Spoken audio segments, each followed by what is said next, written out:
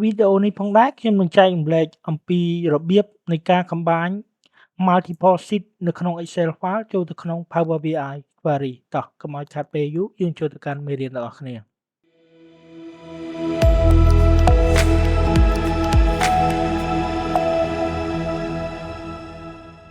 សួស្តីបងប្អូនទាំងអស់គ្នា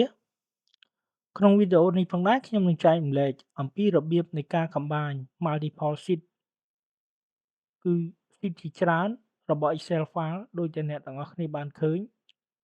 នៅក្នុង Excel ចូលទៅក្នុង Power BI Query នៅក្នុង workbook មួយនេះយើងមាន sheet ចំនួន5ហើយសម្រាប់ទិន្នន័យឧទាហរណ៍ថាទាក់ទងនឹងខែមករាហ្នឹងគឺយើងមាន format ទៅដូចនឹងខែកុម្ភៈមីនាហើយនិងឧសភាមេសាដូចគ្នាដែរ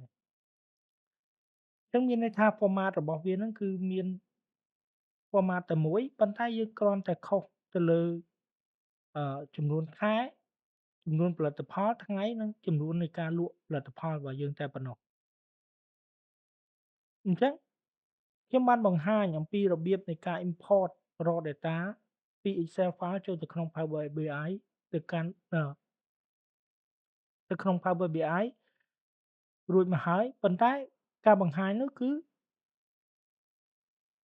យើង import របាយការណ៍របស់យើងហ្នឹងគឺពី Excel file ពីម៉ាស៊ីនទៅគឺមិនមែនច្រើន sheet បែបនេះទេដើម្បី combine sheet ជាច្រើននៅក្នុង Excel file workbook ហ្នឹងទៅក្នុង Power BI Query តើយើងធ្វើយ៉ាងម៉េចតោះកុំឲ្យខាតពេលយើងចូលទៅកាន់មេរៀនទាំងអស់គ្នាបន្ទាប់ពីអ្នកទាំងអស់គ្នាបើកនៅ Power BI Desktop របស់យើងមកយើងងាកទៅមើលកន្លែង data នេះអញ្ចឹងមាននៅកន្លែង data នេះយើងមិនទាន់មានquery ចូលទេយើងមិនទាន់បាន import នៅ raw data ចូលទៅក្នុង Power BI របស់យើងទេអញ្ចឹងដើម្បី import raw data បានគឺយើងចូល get data នេះក៏បានក៏កន្លែងនេះក៏បានហើយសម្រាប់អឺទាំងរូបភាពដែលអ្នកទាំងអស់គ្នាបានឃើញនេះគឺជា format ដែលខ្ញុំបានធ្វើសម្រាប់អឺរបាយការណ៍របស់ខ្ញុំទេសម្រាប់អ្នកទាំងអស់គ្នាពេលដែលបង្កើតអឺយើងបើកនៅ Power BI Desktop មកគឺវាចេញ blank តែម្ដងដើម្បីចូលទៅ import data បានយើងចូលទៅកាន់ get data បន្ទាប់មកយើងចុចទៅលើ Excel workbook នេះហើយបន្ទាប់មកយើងចូលចុចទៅលើពាក្យ connection connect បន្ទាប់មកយើង select ទៅលើ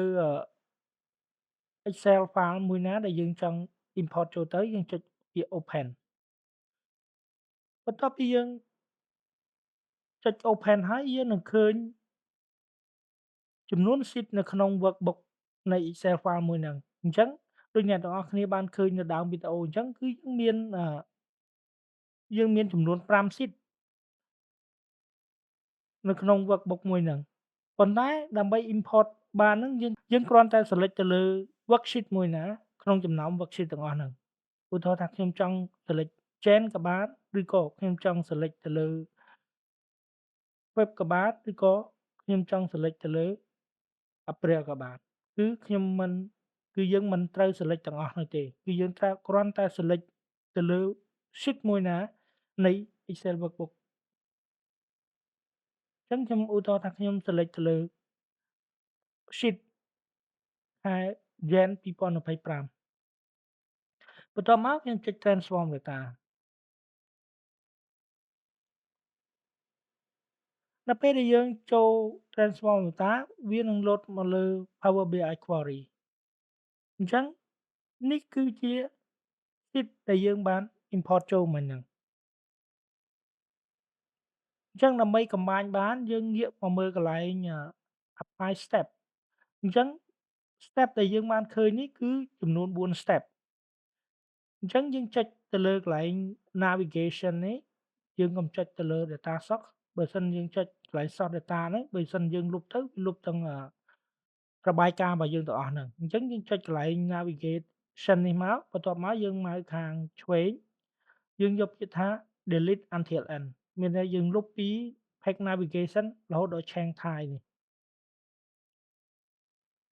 ហើយបន្ទាប់មកយើងចុចពាក្យទៅលើ Delete ដល់ពេលដែលយើងចុចពាក្យ Delete យើងនឹងឃើញទៅលើតាក់ទងទី1 Name Name គឺជាឈ្មោះនៃsheet មួយហ្នឹងទី2តាក់ទងនឹង Table គឺជាប្រភេទ Table ដែលយើងយកមកមិញគឺជាប្រភេទ Excel file Table Workbook ទី2តាក់ទង Item Item ហ្នឹង Item ឈ្មោះប្រភេទនៃsheet មួយហើយមួយទៀតតាក់ទងនឹងខាញហ្នឹងប្រភេទជាអីគេ sheet ជាអីគេឬក៏ define name អីចឹងទៅបន្ទាប់មកកន្លែង hidden នេះគឺកាលណាវា load file នេះមានន័យថា sheet របស់យើងហ្នឹងគឺយើងអត់បាន hide វាទេតែបើយើងចេញ true នេះមានន័យថាគឺយើង hide អញ្ចឹងខ្ញុំបង្ហាញអ្នកទាំងអស់គ្នានៅដើមវីដេអូមិញហ្នឹងគឺយើងមានតែ5 sheet នេះទេគឺយើងអត់មានតាក់ទងនឹងdefine name នេះទេដោយសារយើង hide បាត់ហើយទៅលើ Excel file មួយហ្នឹងអញ្ចឹងបើសិនអ្នកទាំងអស់គ្នាចង់ select យកទាំងអស់ហ្មងគឺយើង select ទៅលើនេះហើយបន្ទាប់មកយើង delete other column ក៏ប៉ុន្តែឧទាហរណ៍ថាក្នុងចំណោម4 sheet ហ្នឹងគឺខ្ញុំអត់ត្រូវការទាំងអស់ទេខ្ញុំត្រូវការតែមករាកុម្ភៈមិនិនាហើយនិងមេសានេះទេអ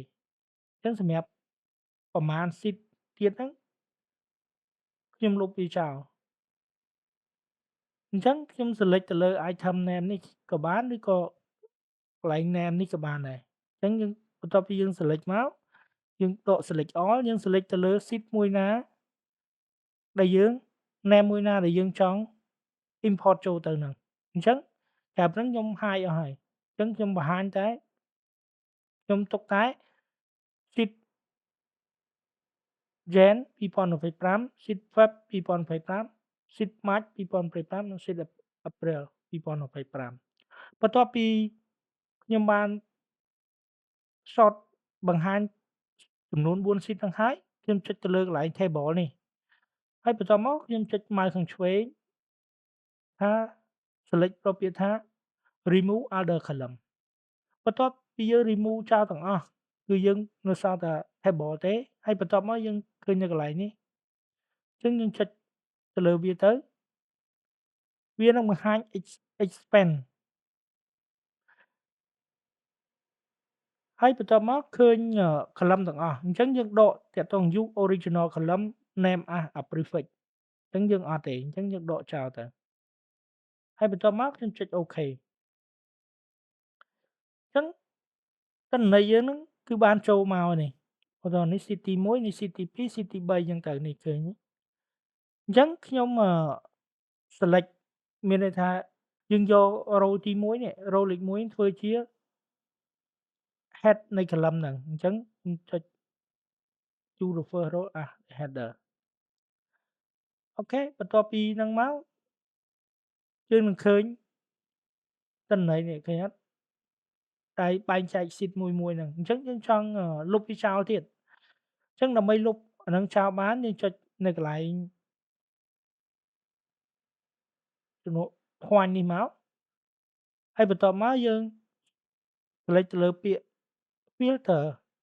filter equal ប៉ុន្តែយើងអត់យក equal ទេយើងយក does not equal អញ្ចឹងអា header ដែលយើងលុបហ្នឹងអា row របស់យើងលុបហ្នឹងគឺ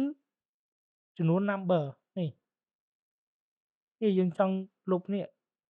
row តំណាងនេះគឺ number NO ហ្នឹងអញ្ចឹងខ្ញុំចុចទៅខ្ញុំចុច filter ដាក់ equal ហើយបន្ទាប់មកខ្ញុំវាយពាក្យថា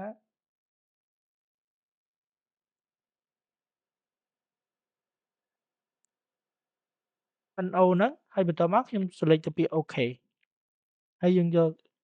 basic ហើយនឹង end អញ្ចឹងគឺយើងបានលុបចោលបាត់ហើយហើយសម្រាប់ number នេះខ្ញុំអត់ត្រូវការទេខ្ញុំអាច remove ចោលក៏បានដែរយើងចុចមកយើងចុចពាក្យ remove ចោលទៅអញ្ចឹងយើងទុកតែចំនួនអីគេទាក់ទងនឹងcolumn year month date date នេះអូខេយើងចង់ change វាទៅជាអីគេ date time ឬក៏អីយើងអាច change បានបណ្ដា quantity នេះអូខេយើងអាចឆេងវាទៅជាចំនួនជា number unit នេះអូខេយើងអាចនួនដូរវាទៅជា number ដែរទៅយើងឆេង format high របស់វាទៅជាប្រភេទជា number decimal place ចំនួនលេខមានក្បៀស unit price នេះខ្ញុំដូរទៅជា decimal place ដូចគ្នាដែរលេខដែលមានក្បៀសដូចគ្នាដែរបន្ទាប់ពីយើងឆេង type នឹងហើយយើងចុចទៅលើ home នេះ close and apply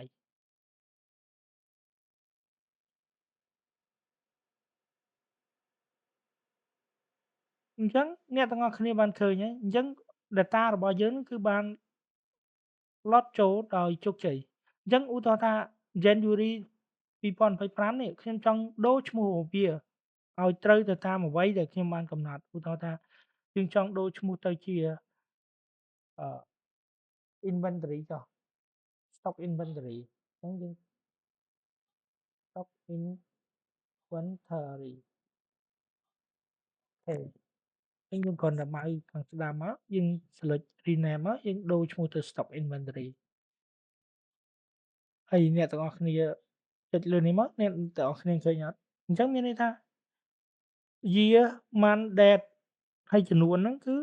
វាមានន័យថា5 sheet ហ្នឹងគឺវា load ចូលទៅក្នុងPower BI query តែមួយទេ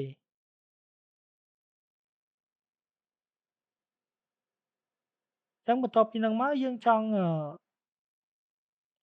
import វាចូលទៅក្នុង visual ណាមួយយើងអាច import បានទៅតាមអ្វីដែលយើងចង់បាន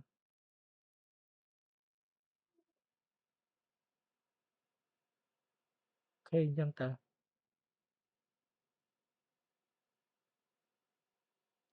អញ្ចឹងសម្រាប់មេរៀនហ្នឹងមានតែប៉ុណ្្នឹងទេបើសិនអ្នកទាំងអស់គ្នាមិនច្បាស់ឬក៏មានចម្ងល់អីត្រង់ណាអាចប្រាប់ជា comment មកខ្ញុំនឹងបកស្រាយបន្ថែមហើយអរគុណសម្រាប់ការទស្សនា